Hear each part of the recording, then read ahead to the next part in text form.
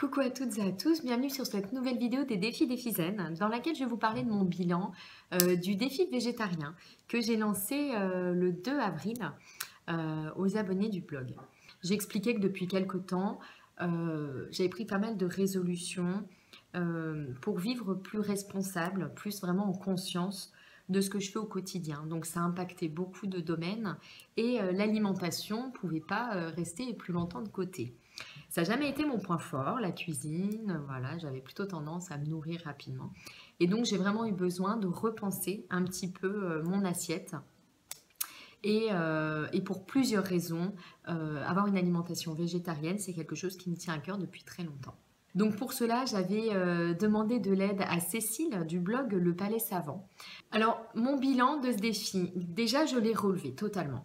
Donc pendant ces 15 jours, je n'ai mangé ni poisson ni viande. Donc ça n'a pas été en soi un problème pour moi au niveau du goût parce que les raisons qui me poussent à le faire sont plus fortes en fait que le plaisir que j'avais à manger ces aliments. Maintenant, j'ai quand même été confrontée à plusieurs choses. Première difficulté, vraiment premier obstacle, c'est la problématique quand on mange à l'extérieur. Je suis partie quelques jours hors de la maison et manger au restaurant quand on mange végétarien, c'est quand même compliqué. Alors aller dans des restaurants spécialisés, ok, mais moi j'ai fait par exemple la recherche sur Avignon, la recherche sur Fréjus parce qu'on était en vacances là-bas. Franchement, voilà, il n'y a aucun choix. Il n'y avait quasiment rien. On n'a pas pu y aller, donc à chaque fois on allait dans des restos ordinaires et je me suis adaptée. Alors, je me suis quand même fait la remarque que végétarienne, ça passait encore. C'est-à-dire que je pouvais manger les salades composées, je pouvais manger une pizza végétarienne, je pouvais manger un plat de pâtes. Donc, c'était encore possible. Quand en revanche, on commence à être végétalienne, c'est-à-dire pas non plus manger de produits d'origine animale, donc on enlève le lait, les œufs, par exemple, ça devient nettement plus compliqué. Voilà, donc ça c'est quand même un problème. Manger à l'extérieur quand on est végétarien, ça n'est pas facile. Donc ça peut passer pour une fois ou deux, mais si on mange en permanence à l'extérieur tous les midis, voilà, forcément, au niveau équilibre alimentaire, je pense qu'il manque quelque chose. Deuxième grosse difficulté, c'est dans la famille. Voilà, dans la famille, faire accepter qu'on ne veut plus manger de viande et de poisson, pour moi, ça a été quand même difficile. D'une part, les gens se vexent souvent parce qu'on nous propose un plat. Alors moi, je viens d'une famille où on aime la viande. Donc refuser le plat principal à base de viande ou ne prendre que la petite portion de légumes qui va avec, ça ne passe pas très bien. Et puis, j'ai pu constater, en tout cas dans mon cas, c'est très personnel, certaines difficultés même à accepter qu'on mange autrement et un petit peu de mauvaise foi en fait dans les critiques. Donc ça c'est quelque chose qui a été un petit peu difficile, un petit peu pesant. J'ai passé 3 jours également dans la famille et ça voilà, j'en ai un petit peu souffert. Donc ma volonté de toute manière est plus forte que cela, mais il faut l'accepter.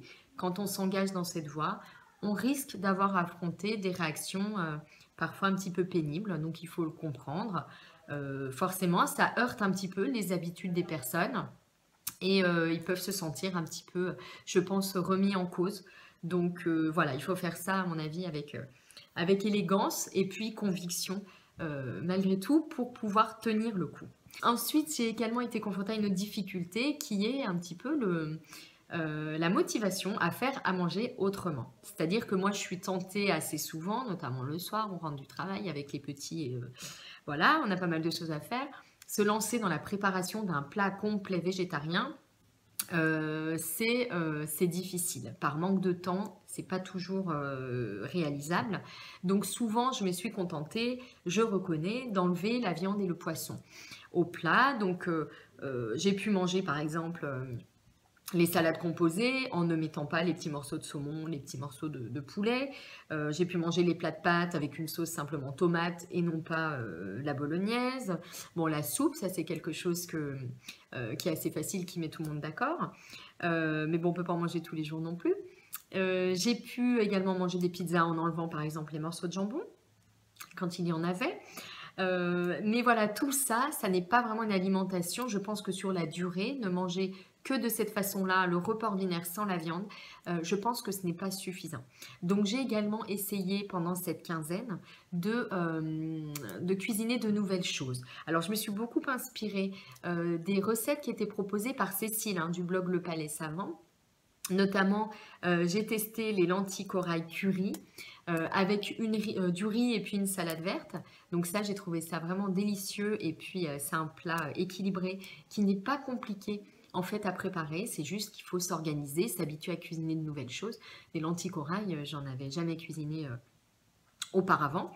J'ai également beaucoup aimé le gratin de légumes au tofu, que j'ai trouvé aussi simple à faire, avec une petite béchamel à base de soja que j'avais trouvé. Voilà, donc ça, j'ai trouvé ça également très sympa.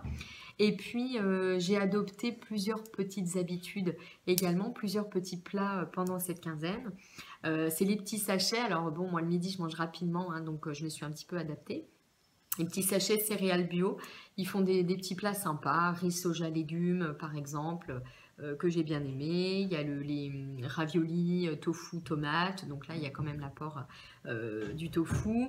Voilà, j'ai mangé plus de blé, de quinoa. J'ai mangé également de l'houmous à plusieurs reprises. Les pois chiches, c'est très très bon également.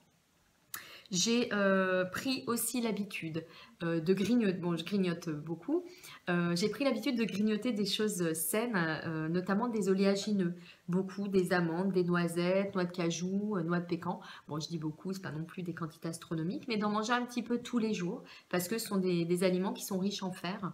Et puis le soja bien sûr, sous diverses formes, sous forme de tofu, de galettes avec des céréales ou des légumes incorporés, puis également sous forme de steak. Donc voilà un petit peu pour ce défi. Pour moi, je crois que l'habitude, elle est vraiment ancrée en moi.